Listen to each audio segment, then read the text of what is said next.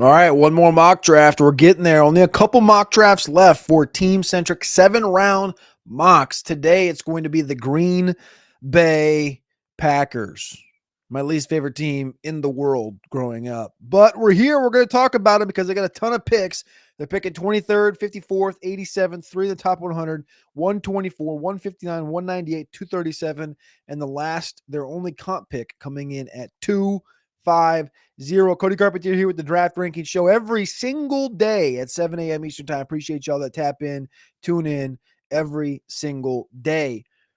If you are here, please click that like button. Please click subscribe if you're on YouTube. You're watching along. I have the mock draft up on the screen. I'll pop it up and I'll click that go button here on the PFF Mock Draft Simulator. If you're on pod, I just say you should go over to YouTube because there's a visual presence.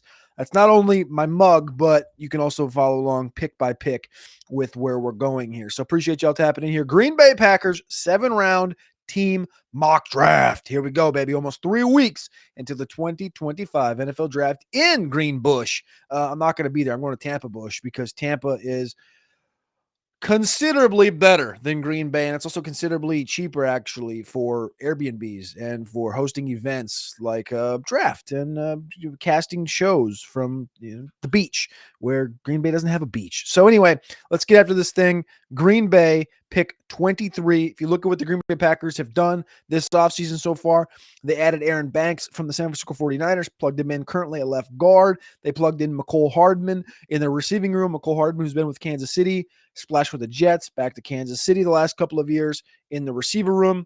They obviously have Romeo Doubs, Christian Watson, Jaden Reed, Dontavian Wicks. I think Dontavian Wicks is going to get pressed into situations this year. That was kind of the buzz, the scuttlebutt at the NFL Combine because Christian Watson's not going to be ready for week 1. And Romeo Doubs, well, they're not concerned, but Romeo Doubs has had a couple of concussions that concern me.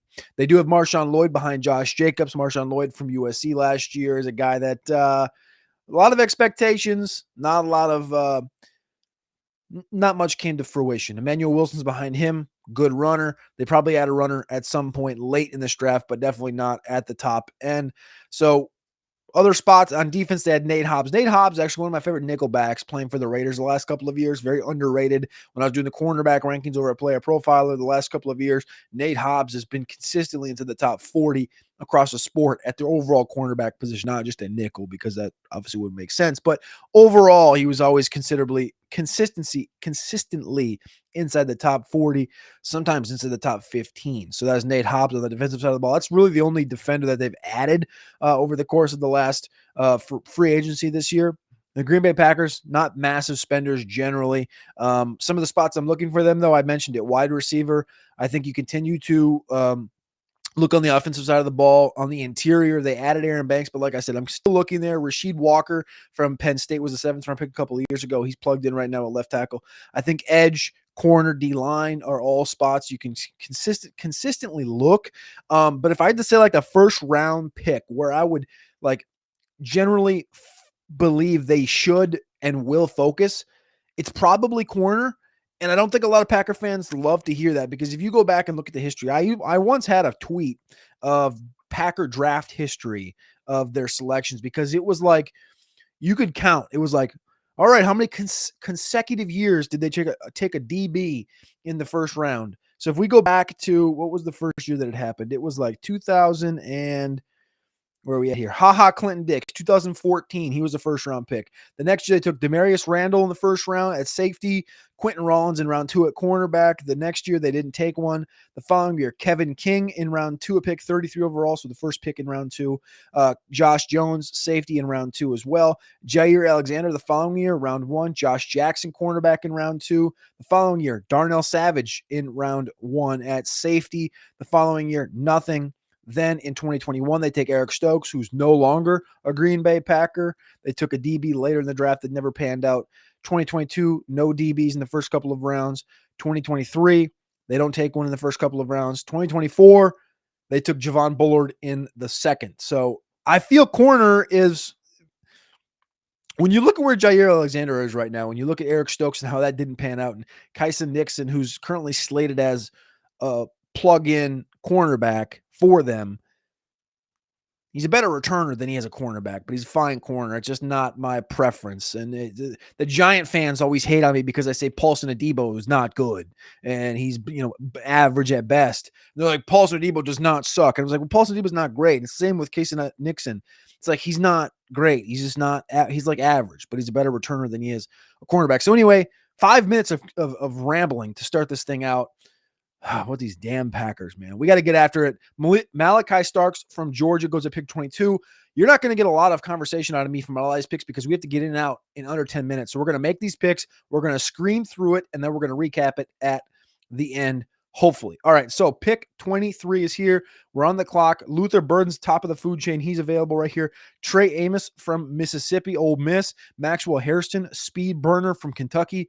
No dice. Savon Ravel from Eastern Carolina, Darian Porter, Azariah Thomas, Benjamin Morrison at corner. This is your cornerback list right here.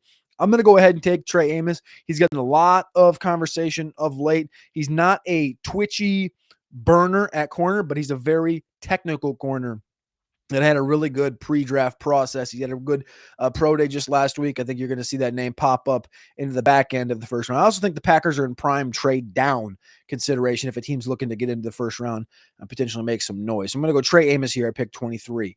In round 2 at pick 54, again, I'm looking at receiver. I'm going to peek there. Don't love any of these guys, really. I like what the Packers have rather than that. Let's look at edge. I think edge. I think D-line. Shamar Turner falls to us at 54. I think Shamar Turner's a early second-round pick rather than a little bit later here. What else do I have on the need chart for the Packers? I said center, interior. I could peek on the interior. Generally, there's nothing there.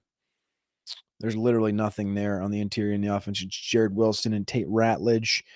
I don't want to go running back, tight end. Could look at the DBs again, too. Xavier Watts at corner is interesting. Take another corner. I don't know if you want to take another corner. I'm going to go Shamar Turner. Shamar Turner is a menace on the interior for the Texas A&M Aggies. If you ask anybody around that program about the mentality of all of those guys, Shamar Stewart, Shamar Turner, Nick Scorton, any of them, Shamar Turner is maniacal, to say the least. So pick 87 here.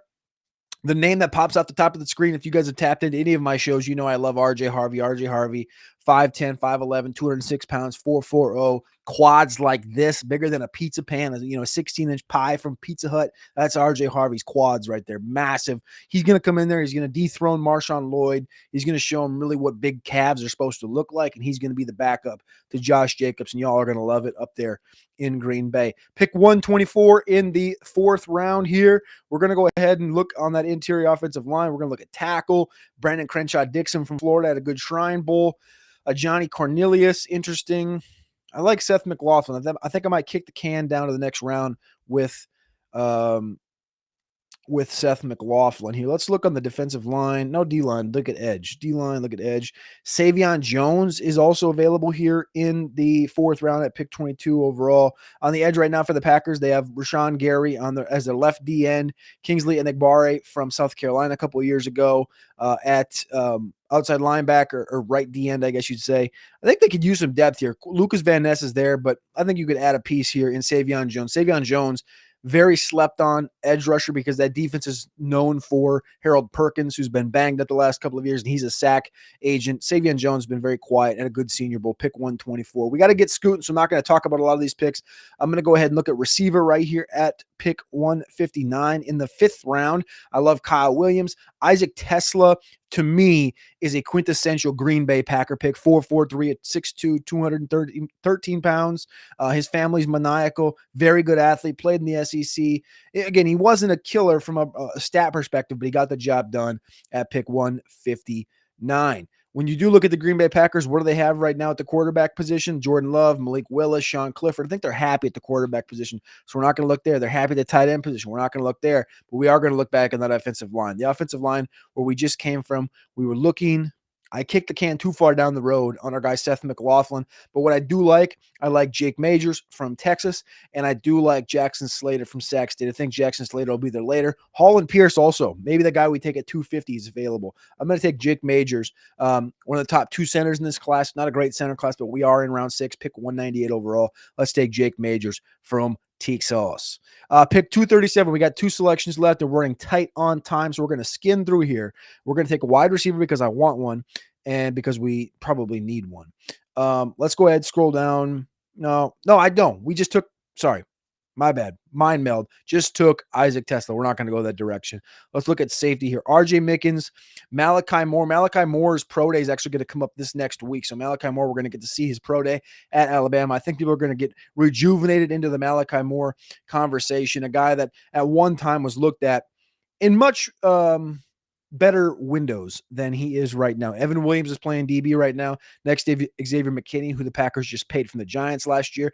Xavier McKinney, a Crimson Tide alum. Malachi Moore joins him in this back end right here. All right, and then we're going to go back to, I believe I said I was going to go tackle here with this lax selection, and our guy's not here. He does not fall. However, our guy Carson Vincent does. I think Carson Vincent belongs in the 3rd, 4th round, but he's available again on this mock draft. So for this reason, we're taking Carson Vincent. This is the bad man bulldog till the day he dies from Alabama A&M. 6'7", 335 pounds, super athletic at the tackle position. Got the job done at the Senior Bowl against all these SEC opponents. Carson Vincent, my favorite tackle in this class, favorite sleeper tackle, I should say, in this class. And the grade we get, for those that can see it on the screen, I don't know if I can make it any larger, smaller, can't do it, whatever, is indeed a C+. Trey Amos, Shamar Turner, RJ Harvey, Savion Jones, Isaac Tesla, Jake Majors, Malachi Moore, and Carson Vincent from Alabama A&M.